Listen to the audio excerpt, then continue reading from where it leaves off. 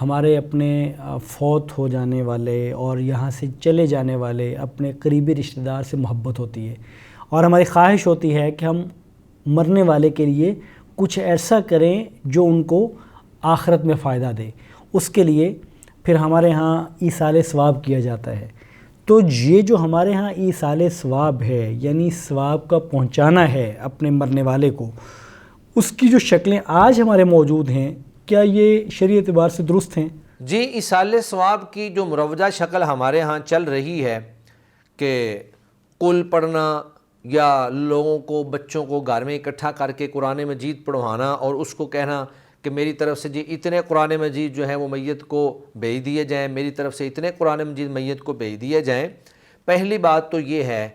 کہ یہ بدعت ہے، اور آپ صلی اللہ علیہ وسلم سے یا دین سے یہ بات ثابت نہیں ہے،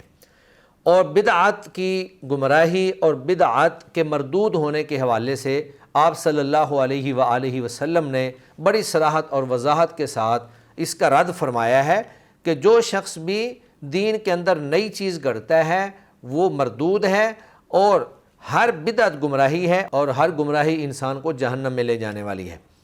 دوسری بات یہ ہے کہ یہ لوگوں نے ایک کاروبار بنا لیا ہے،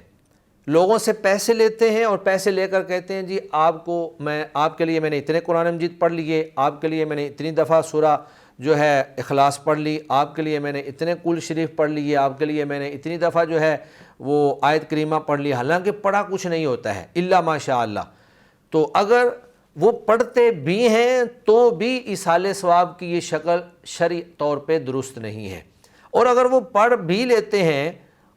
تو غلط ہونے کی وجہ سے، ثابت نہ ہونے کی وجہ سے وہ ایک غلط رستے پر جو ہے اپنی قوم کو لگا رہے ہیں۔ لیکن ہو نہیں سکتا کہ اس طرح کر کے وہ اتنا زیادہ پڑھیں۔ بسا اوقات ایسا تجربہ اور مشاہدہ بھی سامنے آیا ہے کہ ایک ہی وقت میں وہ کئی لوگوں کو کہہ دیتے ہیں جی آپ کے لیے میں اتنے پڑھ دوں گا، آپ کے لیے اتنا پڑھ دوں گا، اور کسی کے لیے بھی انہوں نے کچھ نہیں پڑھا ہوتا، اور صرف عدد جو ہے وہ بتا دیتے ہیں کہ بھائی میرے اتنے پارے آپ لے لیں، میری طرف سے اتنے قرآن مجید لے لیں۔ تو اسلام جو ہے اور دین جو ہے وہ ہماری اپنی رائے یا اپنی خواہش کا نام نہیں ہے۔ دین وہی ہوگا جو آپ صلی اللہ علیہ وسلم نے ہمیں بتایا ہے، اور دین وہی ہوگا جو قرآن اور حدیث کے اندر موجود ہے۔ اپنے پاس سے ہم کوئی بھی عمل جو ہے اس کو گھڑ لیں، بے شک وہ جتنا ہی اعلیٰ کیوں نظر نہ آ رہا ہو، بے شک اس کے اوپر جتنے مرضی اخراجات کیوں نہ آ رہے ہوں، بے شک آپ اس پہ اپنے آپ کو جتنا مرضی تھکا کیوں نہ ماریں، جب وہ دین اور اسلام اور اللہ کے نبی کی سنت سے ثابت نہیں ہے تو وہ بدعت ہے، اور بدعت جو ہے اللہ کے ہاں قابل قبول نہیں ہے، بلکہ انسان کو جہنم میں لے جانے کا باعث ہے۔ شیخ، ہماری بدقسمتی کہہ لیں، ہمیں یہ بھی ایک بڑا مسئلہ رہتا ہے کہ ہمیں جب کوئی شخص فوت ہو جاتا ہے تو ہمیں نہیں معلوم ہوتا کہ ہم نے میت کو غسل کیسے دینا ہے، بلکہ ہماری حالت تو یہ ہے کہ ہم ڈرتے ہیں، میت سے ڈرتے ہیں، ہاتھ نہیں لگاتے، قریب نہیں جاتے۔ تو یہ فرمائیے گا کہ میت کو غسل دینے کا شرعی طریقہ کیا ہے؟ جی، میت کو غسل دینے کا طریقہ یہ ہے کہ سب سے پہلے تو اس کو استنجا کروایا جائے۔ استنجا کروانے کے دوران ہی کوشش یہ کی جائے کہ اس کے پیٹ کو کئی دفعہ جو ہے وہ دبایا جائے، تاکہ جو نجاست اس کے پیٹ کے اندر موجود ہے وہ خارج ہو جائے۔ اور استنجا کروانے کے دوران اپنے ہاتھوں کے اوپر کوئی کپڑا یا کوئی شاپر یا کوئی چیز جو ہے وہ باندھ لی جائے، تاکہ براہ راست جو ہے وہ میت کی شرمگاہ کو ہاتھ نہ لگے۔ سب سے پہلے استنجا کروانا ہے، اس کے بعد پھر وضو کروانا ہے، جس طرح کہ ایک زندہ شخص جو ہے پورا وضو کرتا ہے، لیکن اس میں کوشش یہ کی جائے کہ منہ اور ناک میں پانی ڈالنے کی بجائے کپڑا گیلا کر کے منہ کے اندر اور ناک کے اندر جو ہے اس کو پھیر دیا جائے۔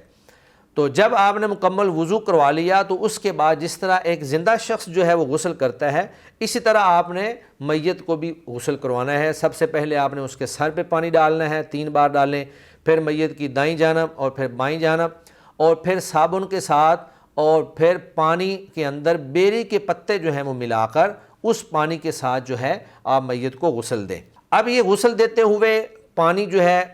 5 مرتبہ یا 7 مرتبہ یا 3 مرتبہ حسب ضرورت، جتنا ضرورت ہو اتنی مرتبہ جو ہے میت کے جسم پر پانی کو بہایا جا سکتا ہے۔ اور آخری بار جب آپ نے پانی بہانا ہے تو اس میں کافور جو ایک معروف خوشبو ہے وہ اس پانی میں ملا دی جائے، اور آخری بار اس پانی کو، کافور والے پانی کو پورے جسم کے اوپر بہایا جائے۔ تو نبی مکرم صلی اللہ علیہ وآلہ وسلم کی لخت جگر جب فوت ہوئیں تو آپ صلی اللہ علیہ وآلہ وسلم نے ان کو غسل دینے والی خواتین سے کہا تھا اغسلنہا ثلاثا او خمسا او سبعا او اکثر من ذالک ان رأیتن ذالک، کہ آپ اس کو 3 بار 5 بار یا 7 بار جو ہے آپ اس کو غسل دیں، یا اس سے اکثر غسل دیں، زیادہ غسل دیں اگر آپ اس کی ضرورت محسوس کریں۔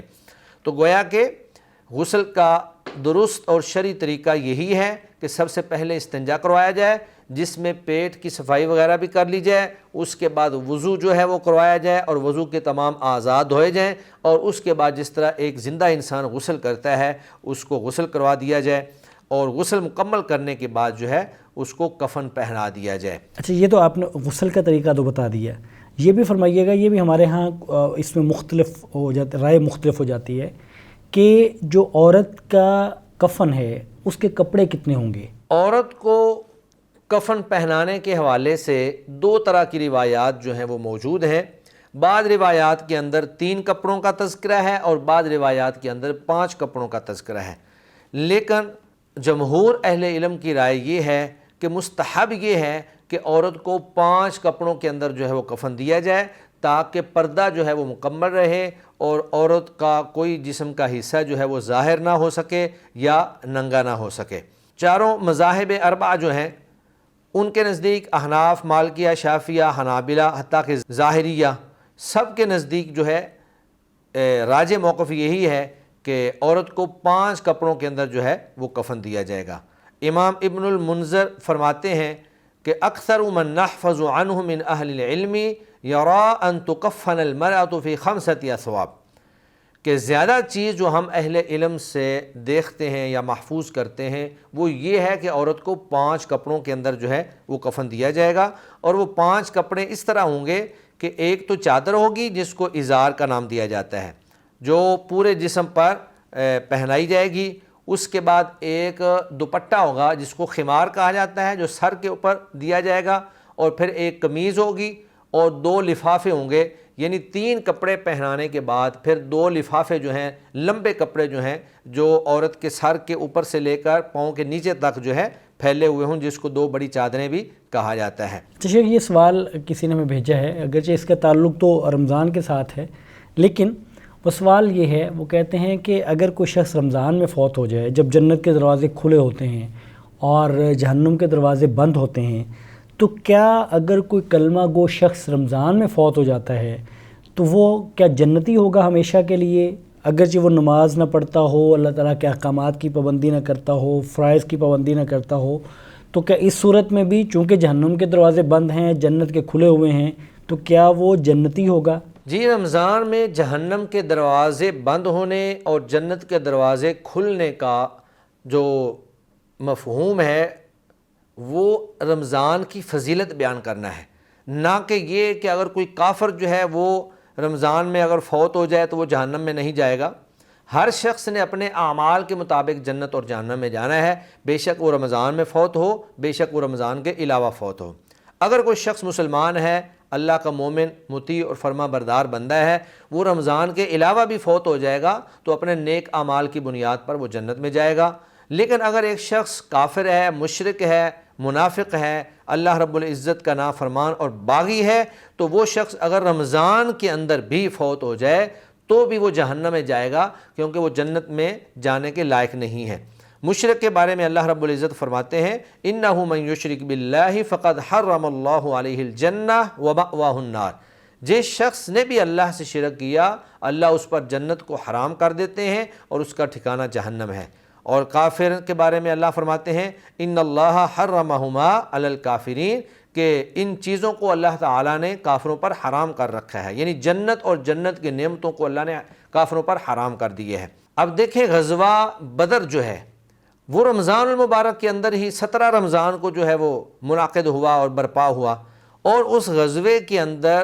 سب سے بڑا کافر ابو جہل جو ہے وہ بھی جہنم واصل ہوا اور مارا گیا۔ تو اب کیا ہم یہ کہیں گے کہ ابو جہل جو ہے وہ چونکہ رمضان میں فوت ہوا ہے، مرا ہے، لہٰذا وہ بھی جنت میں جائے گا، تو ایسا نہیں ہو سکتا ہے۔ اللہ کے نبی صلی اللہ علیہ وسلم نے جتنے بھی معرکہ بدر کے اندر مشرکین مارے گئے تھے ان سب کو کھینچ کر ایک کنویں کے اندر پھینکوا دیا تھا، اور اس وقت اللہ کے نبی صلی اللہ علیہ وسلم نے ان کے بارے میں جہنم کی وعید بیان فرمائی تھی کہ یہ سارے کے سارے جہنم کے اندر چلے گئے ہیں۔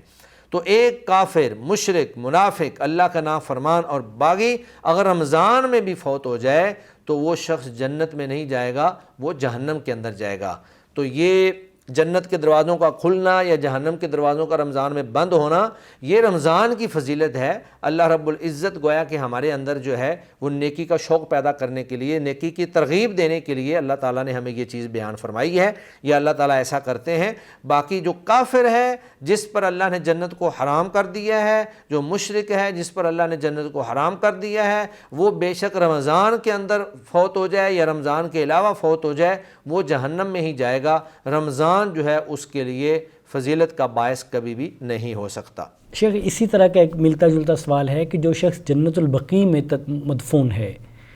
اس کی فضیلت بھی بتا دیجئے، اور یہ بھی بتائیے کہ کیا جنت البقیع میں دفن ہونے والا شخص ضروری ہے کہ وہ جنتی ہوگا؟ جنت البقیع کے اندر اگر کوئی شخص مدفون ہو جاتا ہے تو اس کی فضیلت اس کے اعمال کے ساتھ ہے۔ اگر وہ نیک شخص ہے، اللہ والا ہے، اللہ کا مطیع اور فرما بردار ہے، تو جنت البقیع کے اندر اس کا دفن ہونا اس کے لیے فضیلت کا باعث ہے، اور اللہ کے نبی صلی اللہ علیہ وآلہ وسلم کی سفارش کا وہ مستحق قرار پائے گا، جس طرح کہ اللہ کے نبی نے فرمایا کہ جو شخص مدینہ منورہ میں فوت ہوگا میں اس کے لیے سفارش کروں گا۔ لیکن اگر کوئی شخص کافر اور منافق ہے تو وہ بے شک مدینہ میں فوت ہو جائے یا وہ جنت البقیع کے اندر مدفون ہو جائے، اس کے باوجود جنت البقیع کے اندر اس کا مدفون ہونا یا مدینہ کے اندر اس کا فوت ہونا اس کے لیے فضیلت کا کوئی باعث نہیں ہے۔ وہ شخص جہنم میں جائے گا، اور نہ جنت البقیع میں دفن ہونا اس کو جہنم میں جانے سے بچا سکے گا، نہ مدینہ کے اندر فوت ہونا اس کو جہنم سے بچا سکے گا۔ اس کی وجہ یہی ہے کہ بے شمار منافقین جو ہیں وہ مدینہ کے اندر فوت ہوئے، اور پھر ان کی تدفین بھی جنت البقیع کے اندر ہوئی۔ بلکہ آپ یہ کہہ لیں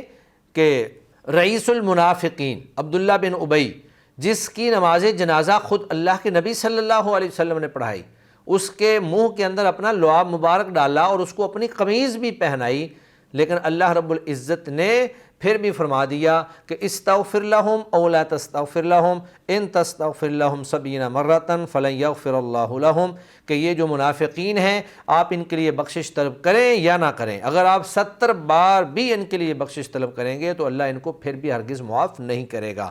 تو اب ایک شخص مدینہ میں فوت ہوا ہو، جنت البقیع کے اندر مدفون ہوا ہو، اللہ کے نبی نے اس کی نماز جنازہ پڑھائی ہو، اللہ کے نبی نے اس کے منہ میں اپنا لعاب مبارک ڈالا ہو، اپنا قمیض اس کو پہنایا ہو، اس کے باوجود اگر اس کو کوئی فضیلت حاصل نہیں ہو رہی اور وہ شخص جہنم میں جانے سے نہیں بچ سکا، جنت میں نہیں جا سکا، تو صرف جنت البقیع میں دفن ہو جانا یا